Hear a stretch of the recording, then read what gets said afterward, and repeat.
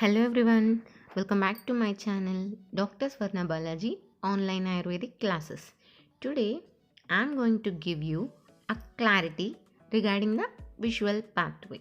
Most of you might have learnt this visual pathway in your school age and in your inter board examinations, but here what you have to do is you have to add some more apt areas and matter to that what you have learnt previously.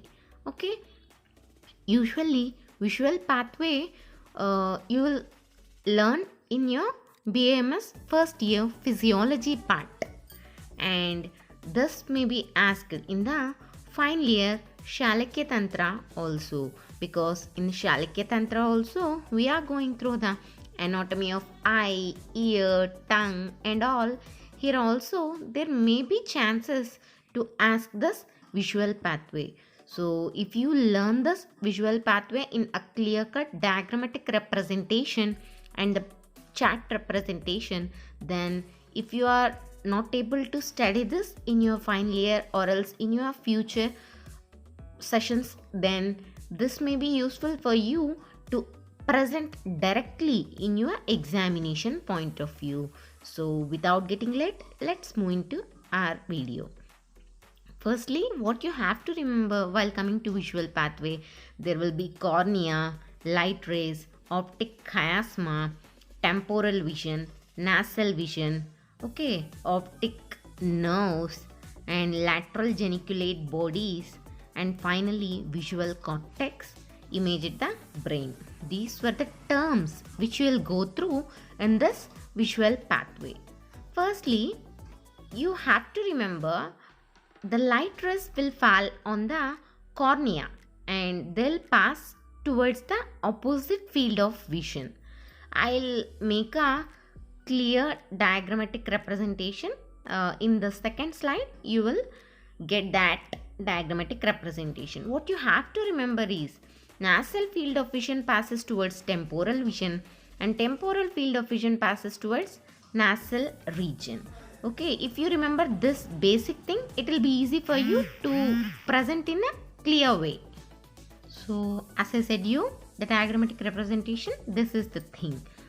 Okay, nasal field of vision will pass through the temporal vision and temporal field of vision passes towards the nasal vision, but the optic fibers were the same.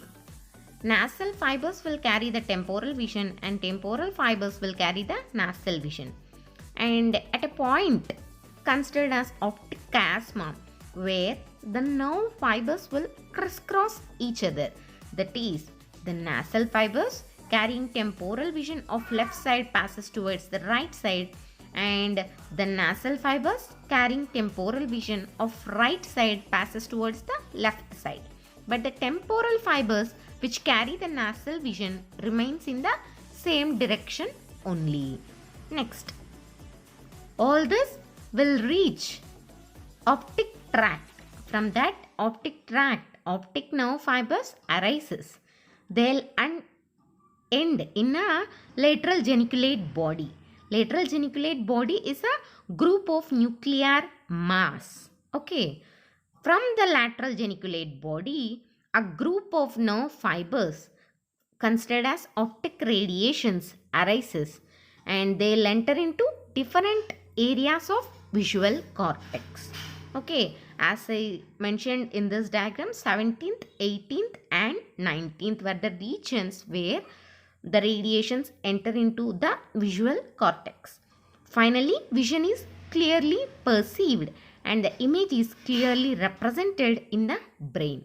So this is the thing which you have to remember. After this, I'll provide you a slide which represents a chart format. This is a diagrammatic representation. No, in the next slide you will get a chart form. So here is the chart format of the entire thing which I have said you. What is the basic thing you have to remember is nasal field of vision will pass towards the temporal vision and temporal field of vision passes towards the nasal vision, and nasal fibers will carry the temporal vision. Temporal fibers will carry the nasal vision.